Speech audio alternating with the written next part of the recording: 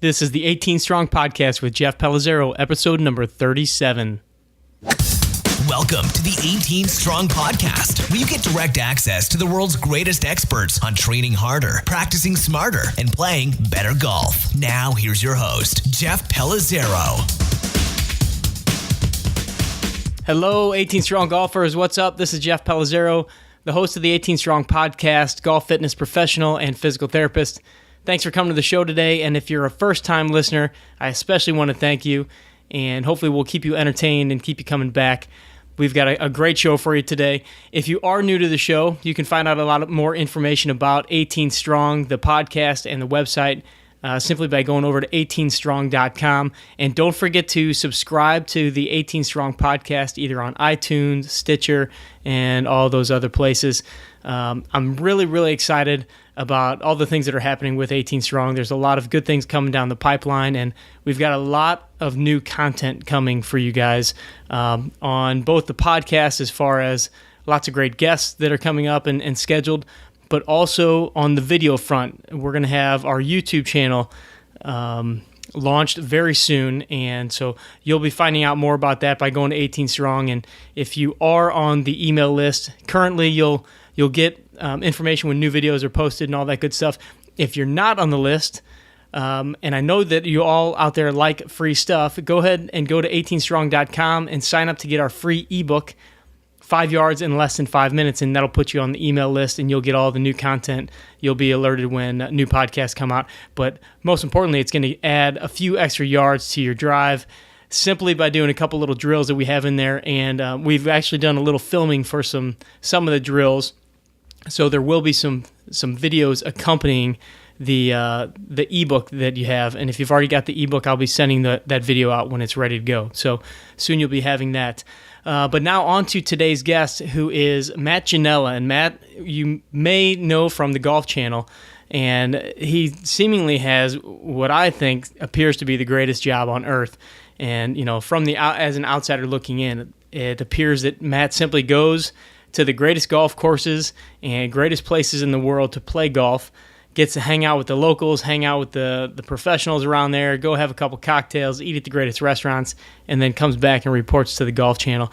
Well, after talking to Matt, I found out, as usual, the grass is always a little greener on the other side, and so it's not quite as cool and as simple as that, but Matt still does say that he has one of the greatest jobs that a golfer could ever have. But obviously there's a lot of travel and busyness going on in his schedule when he's out of town, especially when he's in town. So some of the highlights of the show, Matt really breaks down, kind of gives us the story of how he got to the Golf Channel, his background, where he came from through Sports Illustrated and a couple other different avenues.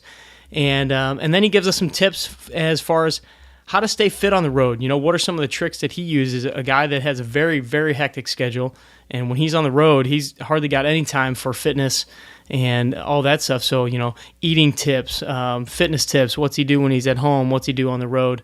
And then he goes into share some of his favorite golf destinations, which I know we all love. I'm sure you've all been on a lot of different golf trips and buddies trips, and so Matt kind of breaks down his top 3 or 4 to give you an idea of maybe your next place where you can go. So I hope you guys really enjoyed this episode. I had a great time talking to Matt. Such a great, cool guy. I know you'll enjoy this, so I will catch you on the other side. Matt Ginella, welcome to the 18 Strong Podcast, and I really thank you for coming on the show today. Of course. I really appreciate you thinking of me. Yeah, you bet. And for all the golfers out there that are listening, I'm sure that if you're listening to a golf fitness podcast, you also watch the Golf Channel, so you probably recognize Matt's name and probably recognize him as the guy that most of us think has the greatest job in the world. So, Matt, we're going to talk a little bit about the details of what you do for the Golf Channel, but if you could just give us a little background on you and, your golf outings as you grew up and how you got into the golf career and how you ended up on the Golf Channel with doing the things that you're doing. Oh, man.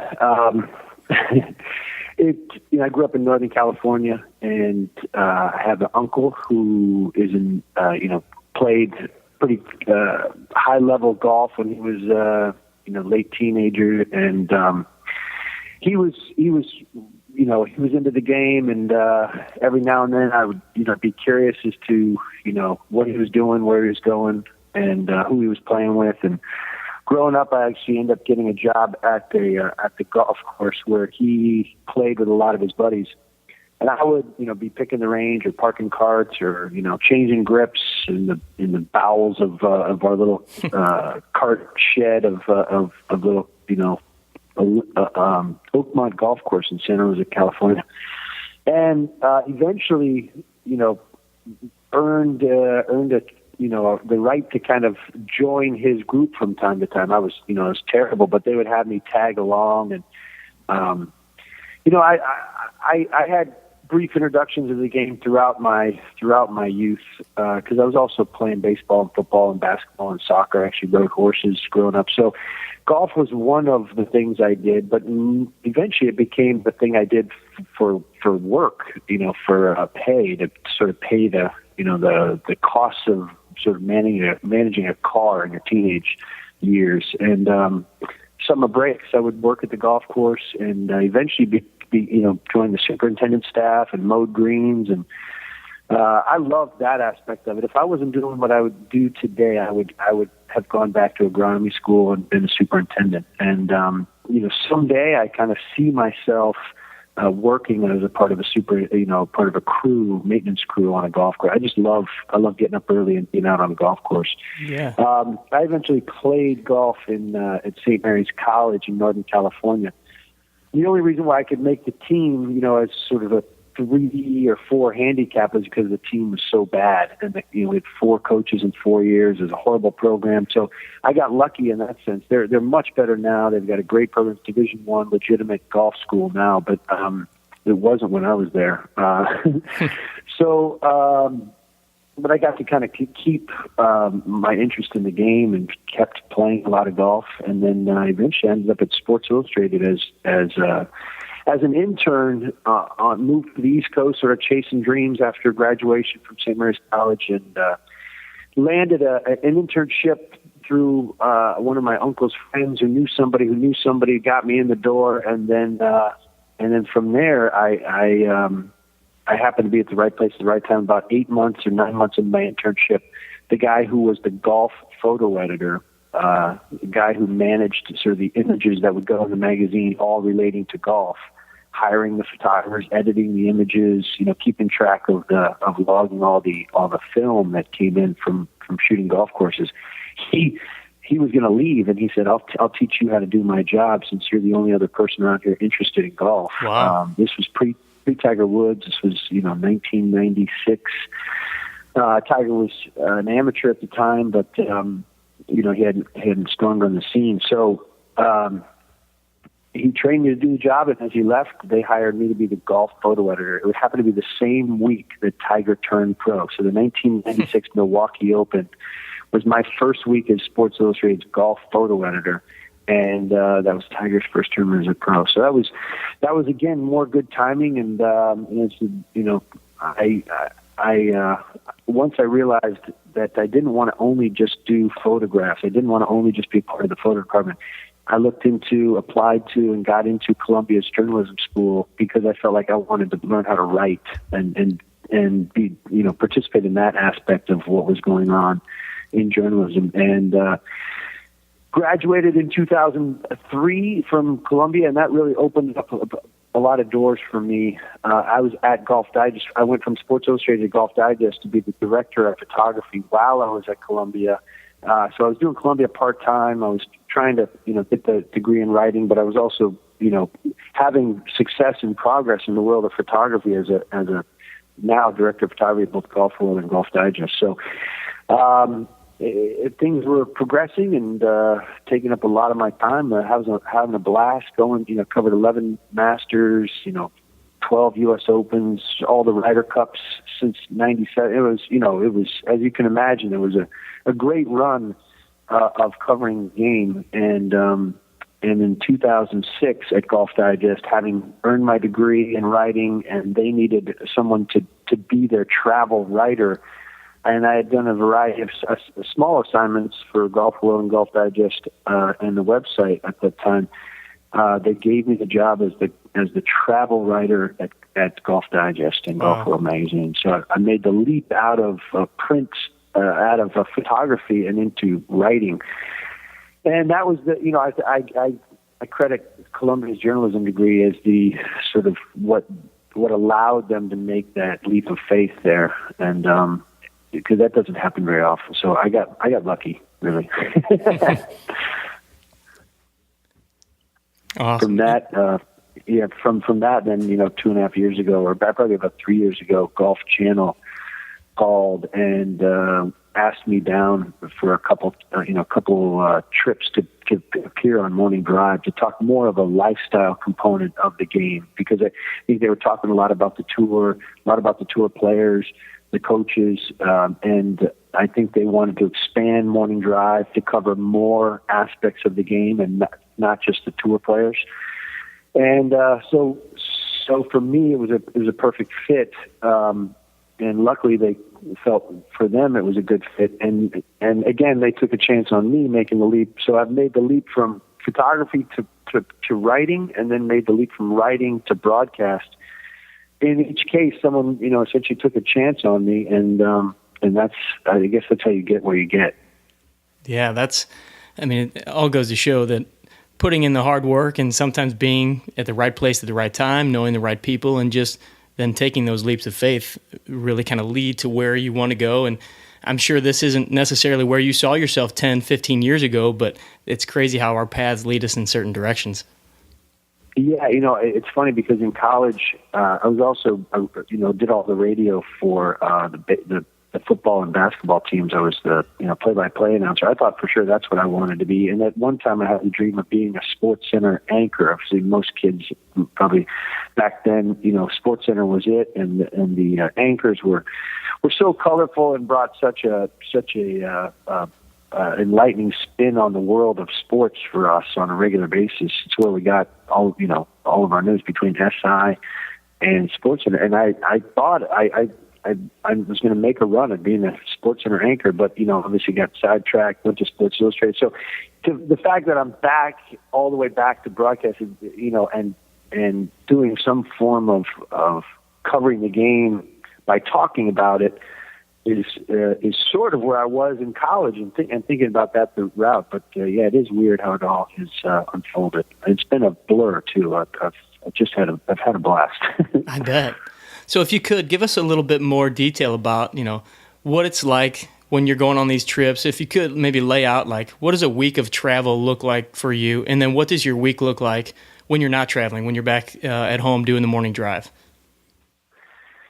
When I'm on the road, it's I call it Piranha Productions, because I have a pretty small crew considering what we do and how we do it. I've got a producer and a camera guy, and my producer also shoots, so he fills a couple of the responsibilities, and so we have a pretty small crew. And Alex Upeghi is the producer's name, and he's done probably about 35 of these Ginella's Journeys. We do these travel vignettes, and he sets it up pretty tight. We get in, and we get in on, say, late afternoon. We meet with the people we're going to be working with from a particular destination usually.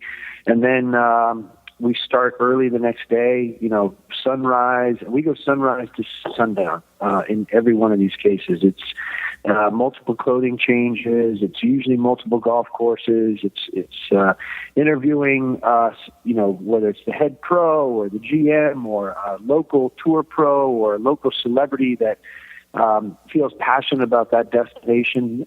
We try to tap into people's understanding and why get them talking about why they like this course, this destination, this part of the world that we're in. Because for me, I'm there for 2 or 3 days, but we like to get people who've been there for 2 or 3 years, or 20 years, or you know what I mean. They have a better understanding of that destination. So I think guests are critical, and we have a lot of those. And so there's a lot of interviews. Not all of them make it in the show or the travel vignettes, but a lot of them serve the purpose of giving us a better understanding of what's going on. We do that. We'll do that in some cases, we'll do that for 3 days in a row. If we're doing multiple destinations on one trip, we could do that for as much as 6 days in a row. We've done 9 days in Scotland, covering 3 different chunks of the country, and 9 days going like that, basically sun up to sundown. It's pretty intense. Certainly not complaining, and I would never do that. But it's not even close to what I think people perceive the job to be, which is, he just goes and plays 18 holes, and for most cases we're playing 4 or 5 holes of the course, and then boom, we're off and going to the next place. It's And to shoot those 4 or 5 holes, sometimes it takes 2 or 3 hours because you got to reset, camera crew, the interviews, the lighting, the weather plays a factor. This is a phenomenal job, and I can't tell you how much I love it. It is not the job that a lot of people, I think, actually perceive it to be. Yeah, I think you're right. I think most of us watch the Golf Channel, and it's like, oh man, he plays 18 holes, he goes and drinks some beer at night, hangs out with the locals. But like any other position, the grass is always greener on the other side, and you don't see the challenges that are involved.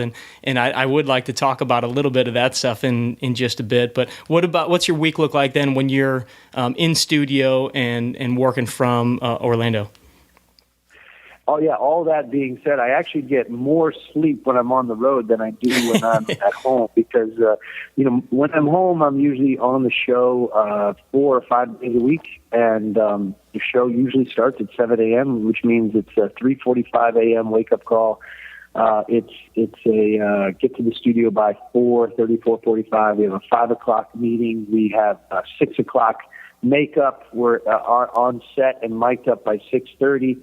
And we do the show from 7 to 9. There's usually some post-mortem after the show of some sort, either talking with producers or production assistants about what happened that day and then what is going to happen the next day. I've got, I'll go to breakfast with Damon Hack if we're both in town. A lot, Damon and I are friends going back 15 years at least, going back to the days of working in magazines in New York.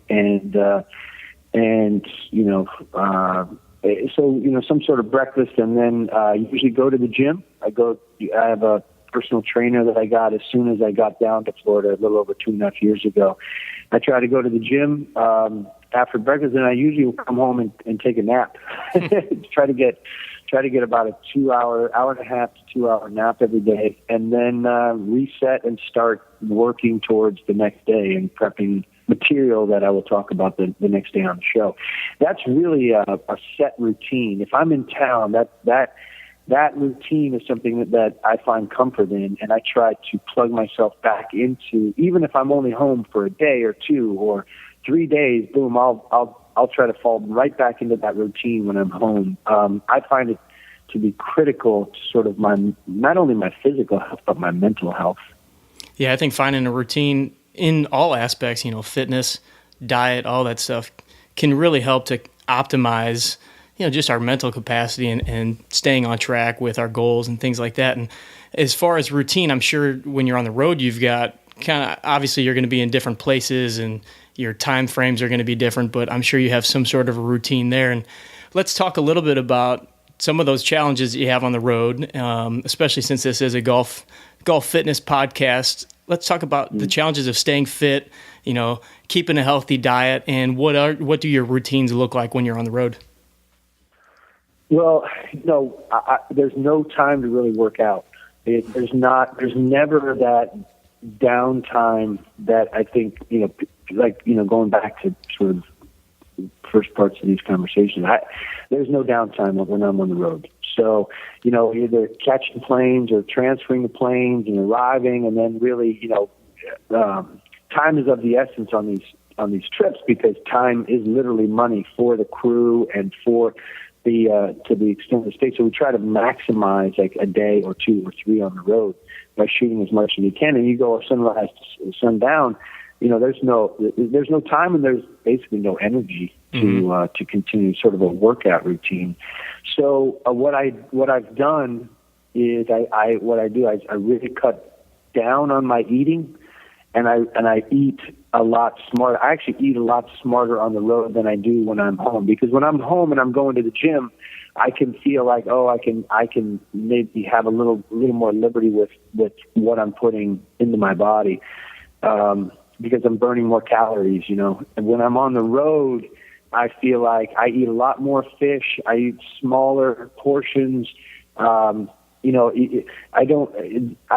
think for a while before I was really paying much attention, I was eating a lot of red meat on the road. You go, you end up entertaining or being entertained by a lot of people when you're on the road. Mm-hmm. And so, and it's like, let's go to this great steakhouse. Let's have this wine. Let's have this red meat. Let's have all these sides, and that I was falling into that bad pattern.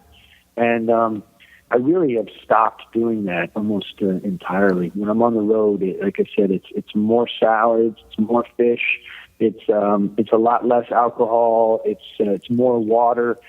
So that's one way I try to combat, so that when I'm home, I'm not just wasting all of my efforts that I make when I'm home when I get out on the road, because then it feels like, you're going backwards. You know what I mean? And I try to fight that feeling. Right. I think that's a very interesting point, because most of us, we go on the road, and I see this even happening with my clients that travel a lot. But when you're on the road, you almost kind of feel like, it's kind of a special occasion, or, I'm going to give myself a little bit of leeway because I'm not at home. I don't have the opportunity to make the foods that I want, or have the vegetables or whatever. But you've kind of taken the opposite approach, and it's no, I got to be more diligent when I'm on the road. And so for all of you guys listening out there, let's pay attention to this, because so many people think, well, it's kind of a special occasion, or we're going out with clients, and it's really hard to stay away from the alcohol, or the steaks and potatoes and all that stuff. But you've kind of figured out, how did you decide, or what was the turning point where you were able to do that and mentally say, no, that's got to change? Well, a couple things. One, I noticed my metabolism slowed down. As I sort of got into my early to mid 30s, it was I was notorious for really super high metabolism as I was growing up. I couldn't gain weight to save my life. I was pretty thin and real active, and just I could eat anything. And then eventually you realize, oh wow, I got to actually start paying attention to what I eat. And then when I got this job, I mean, let's be honest, you're on TV. So TV's already adding, 10 or 15 pounds. And unfortunately, and I wasn't used to it, but you're really judged on TV by the way you look. I mean, that's the facts.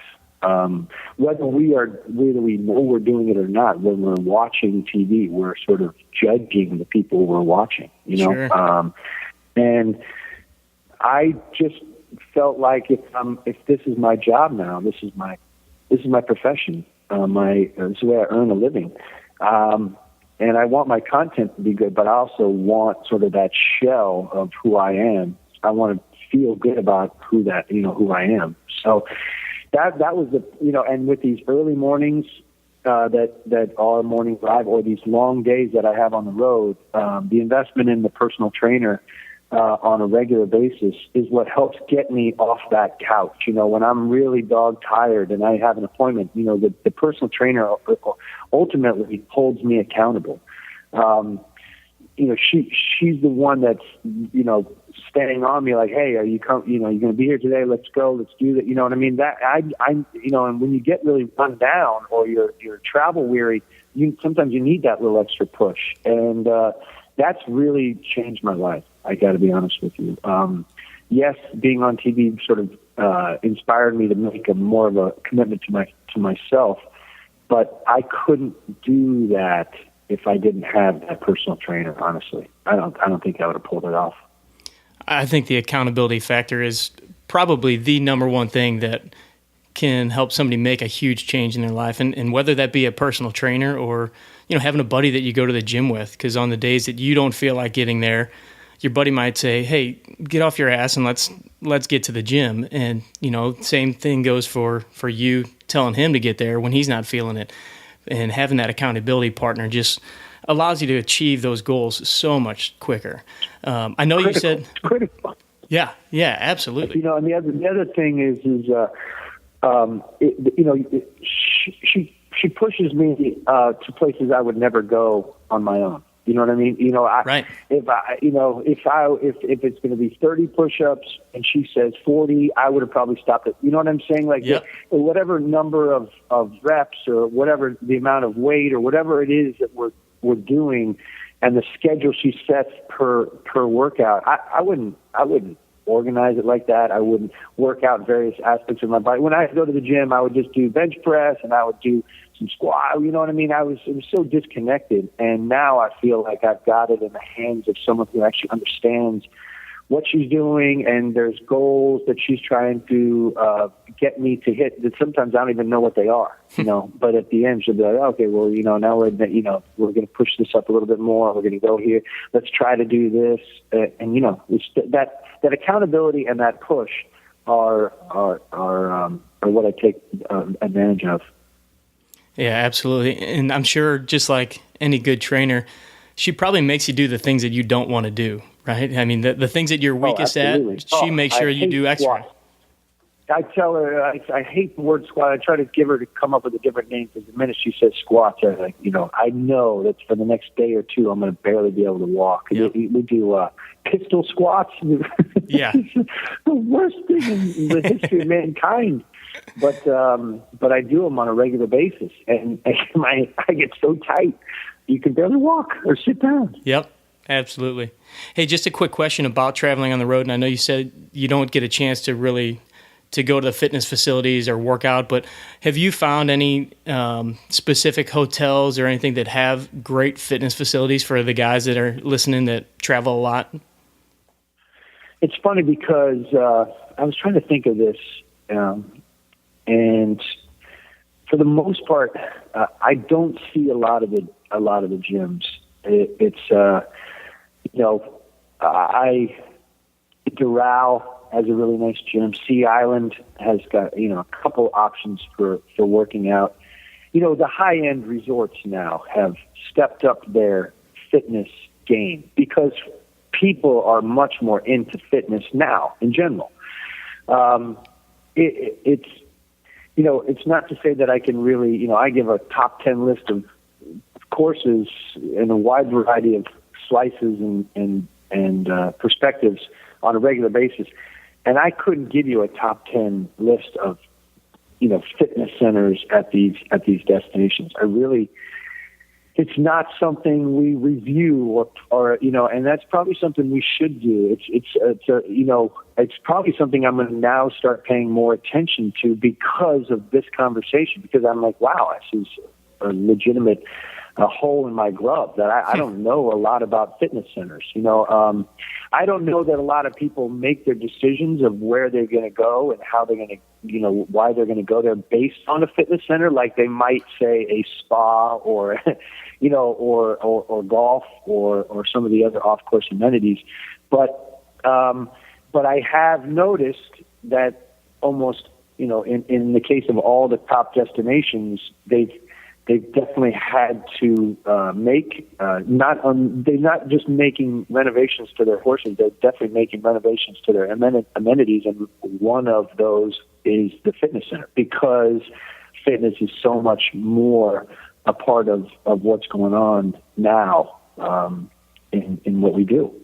Yeah, I think there's so many more golfers that are aware of just the benefits. They see obviously Tiger and Rory, and there's all the debates on whether it's good for golfers or not. But I think that most people realize just moving better, feeling better, getting in better shape, there's going to be no downside to your golf game. And I know that personally, I've been to several hotels, and you walk down, you're just kind of disappointed with some of the fitness centers, and then sometimes you go to one and it's like, oh man, this is great, and you can get a great workout in. So I agree that most people don't pick their destinations based on the fitness center, but just wanted to see if you had any gems out there. And then talking about your top 10 lists and your destinations, could you give us 3 of your favorite destinations that you've been to? Well, I always, Bandon Dunes is my favorite golf destination in America. It's the southwest coast of Oregon. I talk about it a lot, obviously, because I think it deserves the attention. It's golf as it was meant to be. It's sort of the tagline. It's walking. It's along the Pacific Ocean. I'm from the West Coast, so it's minimalist architects who weren't necessarily big names when they started working at Bandon Dunes, but have gone on to be big names because of what they built at Bandon Dunes. It's Spartan lodging. It's good food options. It's kind of it's a place where when you're there, you feel like everybody's there for the same type of reasons. Everybody has tapped into the soul of the game because everybody there they're walkers. They're people who like either carrying their bags or walking the golf course, say either with a caddy or a pull cart. You kind of give yourself to the elements. That is coastal golf. So whether it's wind or rain or you get lucky and you get one of those beautiful sunny days and no wind, everything just seems to work. It's what you get when you go to Ireland and Scotland, but it's all in one place. So Bandon Dunes is great. Oddly enough, that's probably the worst gym or worst fitness center in all of golf is the one that they have at Bandon Dunes. It's like 2 treadmills, a couple weights, one TV, and you're out. But because you're doing so much walking on a golf course, the last thing I think I've been to Bandon probably 20 times, and I've been to the fitness center once, because you're so exhausted by the time you're done with 36 holes a day. The last thing you want to do is go get on a treadmill or work out. So yeah, if you're walking out in those elements, I don't really expect many to get to the gym there. Yeah, Pinehurst is the cradle of American golf. There's so much great history in and around the sand hills of Pinehurst. I love Pinehurst for so many reasons. There's a lot of great golf options. Obviously, there's 9 at the Pinehurst Resort in itself, and then there's a lot of great golf just in the surrounding area. You feel like you're kind of walking around the early history of the game. Donald Ross has roots there and was living there and building a lot of the golf courses that are in and around there, and came in there, moved there in 1900. Probably after a year living in the Northeast. He had born and raised in Dornoch, Scotland, and that Pinehurst is great for all the reasons that we would assume. As far as a third destination, it's kind of up for grabs and changes from time to time. Sea Island is a really tranquil spot and very comfortable and super expensive, like the Pebble Beaches, and we're talking about high end golf here. There's something charming about the Grand Strand in Myrtle Beach and all that it's meant to this game of golf. Value golf and giving people a place to go where they can really sort of focus on hanging out with each other, doing a lot of off-course activities as well as on-course activities. So, if I were to go as a third, I really love Northern Michigan. I love that's something that I discovered in my travels was places like Brainerd, Minnesota, and places like Traverse City and Northern Michigan, and all the big golf that's in and around there. That to me is fantastic, and they're building more golf in Wisconsin, which is going to be another great destination. Mike Kaiser's kind of his next venture is in Sand Valley and Rome, Wisconsin, and that's going to be interesting to watch that develop. But this country's loaded with great golf, that's for sure. Yeah, it definitely is. All right, Matt, I know you've got to get running. You actually have to get on the show this morning, but if I could throw out a few rapid-fire questions to you here. Yeah. And the first one may not be so rapid-fire, but you've traveled a ton. We've all had our terrible experiences with travel. Without naming an airline, can you give us your worst airline story? Well, it was more like the first time I was ever going to go to Bandon Dunes. This was probably in 2002 or 3. They'd only had a couple of the golf courses open, but I was so excited I was going to meet my buddies at Bandon Dunes, and I had, we were in the plane, and we were, I was, we were backing away from the gate, and all of a sudden the plane stops and starts pulling forward, and the pilot comes on and says, all right, we have a strange set of circumstances here, ladies and gentlemen. We got, there's actually a rolling brownout occurring right now through the Northeast, and I was leaving New York to go to Bandon Dunes. And the pilot said, we're going to have to ask you to deplane. There will be further instructions once you get, into the airport. And we were like, wow, what is happening? And it was the rolling brownout of the Northeast. They escorted us back to the airport. We got separated from our luggage, had to try and find our way back into the city. It was a total mess. It was chaos.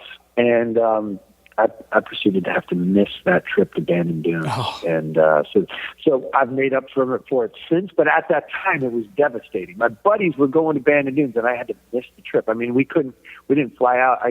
There was no flights the next day. My luggage, all my golf bags. I eventually got to the West Coast, but it was like 4 days later, and I missed the Bandon portion of the trip. So. Oh man, that's heartbreaking. Devastating. Yeah. All right, next question. When you hear the phrase 18 strong, what does that phrase conjure up in your mind? Well, I thought about this, and for me, it's playing all 18 holes and feeling strong for all 18 holes. The worst feeling I have on a golf course is when I lose strength in my legs, and I lose. One thing, it's the mental capacity is one thing, but when you feel like you've got spaghetti legs and you get to the point where you're having all of an arm swing, that's the worst feeling I have on the golf course, and that's what I try to avoid. So 18 strong to me is sort of the feeling that you have that you can be as strong as you are on the first hole, and have that strength you need on the 18th hole, or sort of playing through it, like being that strong on the 36th hole. You know what I mean? Being right. 18 strong, just being strong physically throughout the round, so that you're in a position to mentally execute and physically execute the shots you want to hit. Excellent. All right, Caddyshack or Happy Gilmore? Caddyshack. Nice. And last question, what has you excited for your upcoming 2015? And then do you have any last pieces of advice for the audience before we let you go? Okay, say that again. What are you excited about for your upcoming year in 2015? What's going on with you and the Golf Channel and all that good stuff? Well, I've got a couple features I'm working on. One is the story of Chambers Bay and how Chambers Bay acquired the U.S. Open, which I'm excited to tell. So in terms of work-wise, that's exciting. I got invited to play in the Irish Pro-Am at Royal County Down in May, so I'm excited to go and do that. That should be a blast. I have my annual buddies trip to Bandon Dunes every July, so we'll be 20 guys going there and playing 4.5, 5 days of golf, which that to me is always one of my things that I look forward to. Awesome. For so many reasons. It's that sort of checks all the professional and personal stuff that I'm looking forward to. Excellent. Any last pieces of advice for the audience before we let you go? As it relates to fitness, don't eat at the airports. One thing, I don't eat on the plane and don't eat at the airports. I do try to do that, and it's hard when you've got sort of a day of travel and you got time to kill.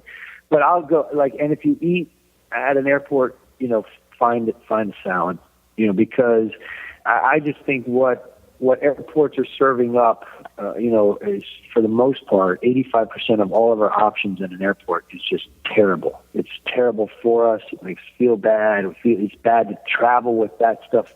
It's bad to fly with that in your gut. So I try to do I'll get trail mix or snack mix or beef jerky if I have to, but I try not to eat on planes or at the airports. That is great advice. Excellent. All right, Matt, I want to thank you for your time today. And all the audience knows that we'll put up all your information on how to find you, how to follow you on the Golf Channel and all that stuff in the show notes page. But once again, thanks for taking the time today. Yeah, I really appreciate it. Thanks for thinking of me, and I enjoyed the conversation. You bet. Thanks, Matt. We'll talk soon. Okay, cool, bud. If you need anything else, just let me know. You bet. Well, I hope you guys enjoyed that interview with Matt. What a great guy. I know he's super busy, and I really appreciate him taking the time out of his day. He had, studio time that morning when we were interviewing him, and also had a tea time booked for that afternoon. But I know that his schedule is very hectic, and he's all over the place. So I want to say, Matt, I really appreciate you coming on the show. And I hope that you guys got some great tips from him as far as when you're traveling. I know that a lot of you have businesses that you're on the road a lot, you're in planes, you're in cars, things like that. And fitness isn't always something that you can squeeze in on the road. And taking Matt's advice of, really being diligent when you're on the road instead of utilizing that mentality of, oh, let's splurge a little bit because I am traveling. Well, if you're traveling all the time, it's not that special of a deal. So utilize that time to say, hey, this is when I'm going to be on it because I know I'm not going to get my workouts in. I know that it's going to be a little harder to eat what I want to eat. So, take his advice. Don't eat at the airport, and, be very diligent when you're on the road. And then when you get home, you can hit the gym a lot harder. You can do those things, and then maybe you can have a couple more of those cheat days or meals or whatever. And it's all going to benefit your game if you really put in the time and put in the effort. And like he said, you have to utilize it as a priority. If you don't make that a priority, it's very easy to let it slip. So I think Matt had some great stuff in there, and hopefully I will get a chance to go to a few of the places that he mentioned, Bandon Dunes, Sea Island. I've heard such great things about all these places, but have not yet been there. So hopefully you guys have. I appreciate you guys being here for the 18 Strong podcast, and as always, we'll have some more great guests coming up in the near future. Don't forget, go to 18strong.com, get your free ebook, or go to 18strong.com/5yardsbook and get your free ebook there. We got a lot more good stuff coming up. I want to thank you guys for showing up. Don't forget to train hard, practice smart, and play better golf. Thanks for listening to the 18 Strong podcast at www.18strong.com. And remember, train hard, practice smart, and play better golf.